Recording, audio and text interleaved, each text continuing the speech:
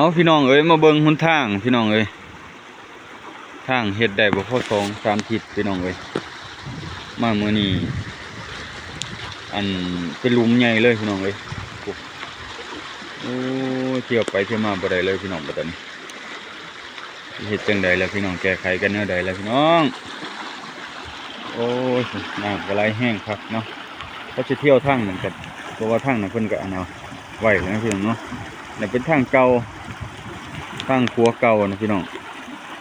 แต่ว่ายังแข็งแรงคือว่ายังไปมาได้ปกติพี่น้องแต่ว่าเพิ่นเอามาใส่ทางเป็นทางหลักเพราะว่าเฮาตัดเป็นทางนี้เป็นทางหลักพี่น้องเนาะปีนี้ก็เลยใส่ท่อนี่8 ท่อเนาะข้างละ8 ท่อพุ่นแหละพี่น้องท่อใหญ่เนาะท่อมิดกัวบ่นี่แหละพี่น้องสิเฮ็ดจังได๋ดินมันแตกแขนงออกมันแตกเหิบออกพี่น้องบ่กล้องกับบ่กล้าย่างบ่ได้ดอกเบิ่งครับมาดูเป็นแนวนี้พี่น้องน้ำมันแห้งหลายมันมาจังไดเนาะว่าตกก็ตกคักอยู่ลีพี่น้องฝนก็ได้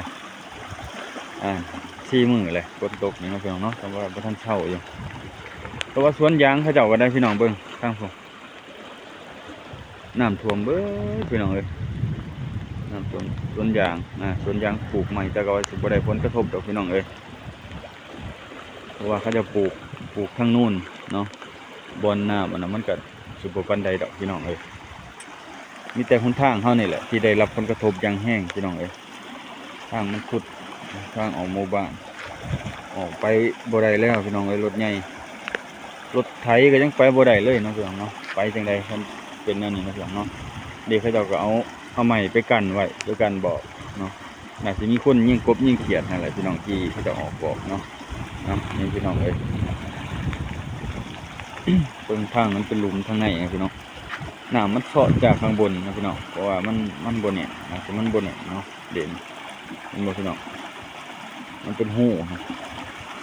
ดินสุดแห้งเนาะเดี๋ยวเบิ่งรถเขาจะเที่ยวมา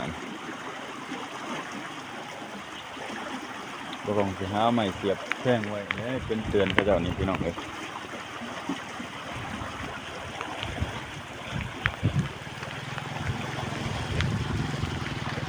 ใจเย็นเด้ตกเด้น่ะโอ้ยมื้อนี้เลยลุงมื้อคืนนี่แหละสงสัยนี่ไม้มากวางเนี่ยยังเขาเดี๋ยวสิเฮ็ดนี่ทางคลองลดลงพี่น้องเดี๋ยวหาเอาใหม่มากันไม่หัวกับเขานี่เลยพี่น้องโอ้เนาะ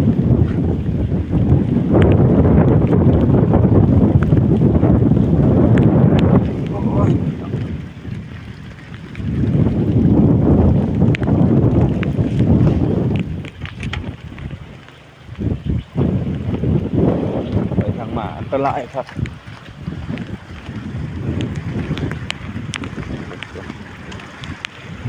สันไว้นี่เด้อพี่น้องสันไว้ซะก่อนยันคนมาเหยียบมาเนี่ยเนาะยันคนนั้นยันคนเอารถลงนะพี่น้องคนที่เขาจะบ่เห็นเขาจะเล่นมาแห้งสมมุตินะจะหาเอาใหม่ไปตันไว้ก่อนนะพี่น้องน้ำจะแห้งคักเลยพี่น้องมาตันเลยขี้เหอะนี่แหละประกันไว้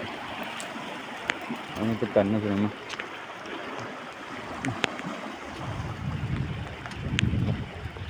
ขี้เหอะนี่แหละ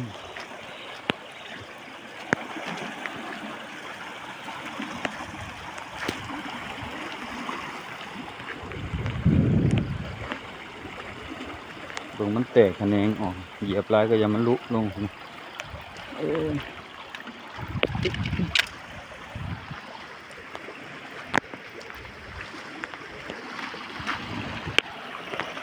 ต้องแก้ไขไปซะก่อนพี่น้องเอาเป็นสีนะเพียงเนาะเดี๋ยวมาฝากมาเตือนเขาเจ้าก่อนเนาะเมื่อยไปพี่น้องเลย ทางเฮ็ดกำลังแล้วเฮ็ดกำลังแล้วมันก็เกิดเป็นทางสุดทางหยังแล้วพี่น้องเอ้ยแก้ไขกันแนวใดเฮามันแต่พ่อบ้านก็จะเอาไปนำเสนอกันนั่นแหละทางแก้ไขก็ได้เนาะเฮาก็แค่ได้ฝากเตือนคนที่ออกไปออกมาเนาะรถจักรก็สิมาได้อยู่ทางนี้พี่น้องแต่ว่าถ้าเป็นเบิดมือเนาะน้ำมันมาตลอดแนวนี้ลมแห้งแน่ก็สิไปยากพี่น้องอาจสิขาดเลยในมือนี้เนาะมีแต่สิแก้ไขฟังนี้เนาะมาอาจกเอาส่วนมาส่วนดินเท่านั้นมาเปอะไว้หรือแนวใดเนาะพี่น้องเนาะเอาเปอะไว้นี่เอารถอยู่รถเข็นมาเนาะมันจังสิได้แต่ว่าแน่นอนบ่ได้พี่น้องเอ้ยมีแต่เอาดินมาถมไว้เนาะดินมาถมไว้แล้วก็เอารถเกรดเขาจะเอามาเกรดมันเอารถดุดเขาจะเอามาดุดเนาะพี่น้องเนาะ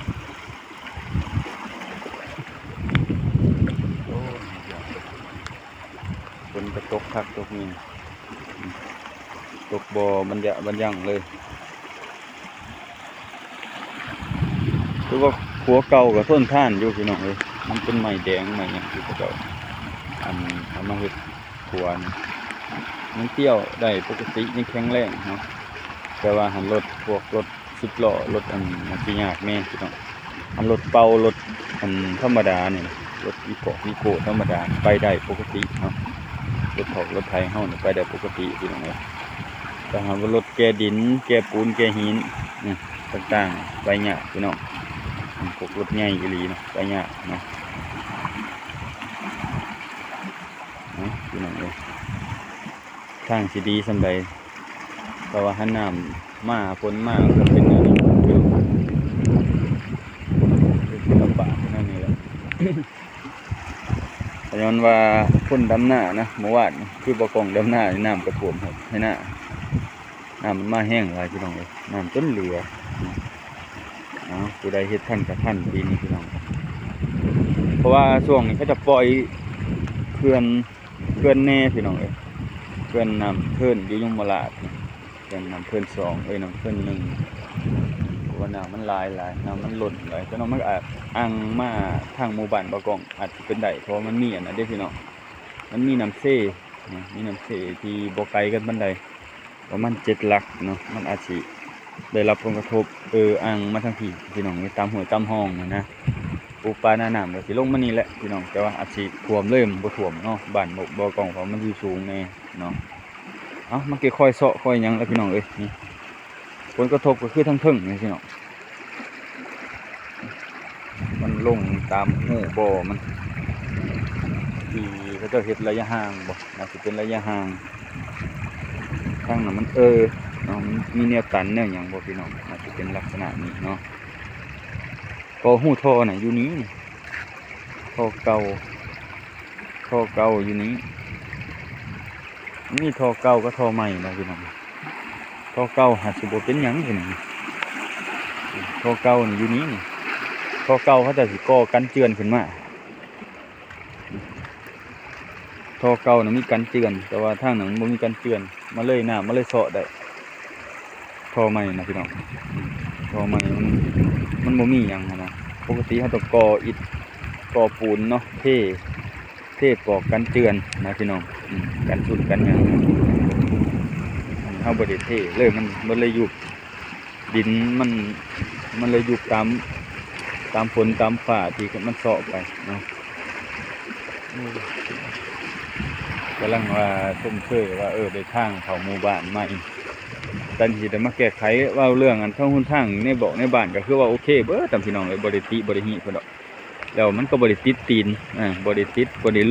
ได้อันแบบบ่ได้มืนได้ลื่นนะมันเป็นขี้หินนะเป็นขี้หินขึ้นนั่นนี่พี่น้องหินแห่หินอันเขาเรียกว่าลูกรังเป็นลูกรังโอเคอยู่พี่น้องเลยเป็นโอเคอยู่แต่ว่า มันเสียในจุดเดียวนี่แหละนี่จุดที่ใส่ท่อเฮาใส่ท่อใหม่บัดถึกช่วงฝนตกพอดีเลยเนาะพี่น้องเนาะถึกช่วงฝนตกพอดีเลยมันเลยเฮ็ดให้ดินมันเซาะมันเจือนพอมันบ่ทันแน่นปานใดนะแต่ว่ามันผ่านฟ้าผ่านฝนมามันก็สิมีความทนทานกว่านี้อยู่กับพี่น้องเอ้ย เอาโอเคพี่น้องเอ้ยเบิ่งน้ำกันเนาะฝากเตือนน้ำกันฝากแซ่ให้พ่อแม่พี่น้องเฮาเบิ่งน้ำพี่น้องเนาะเอาพี่น้องทางออกทางเขาเป็นมันก็สิแนวใดแล้วพี่น้อง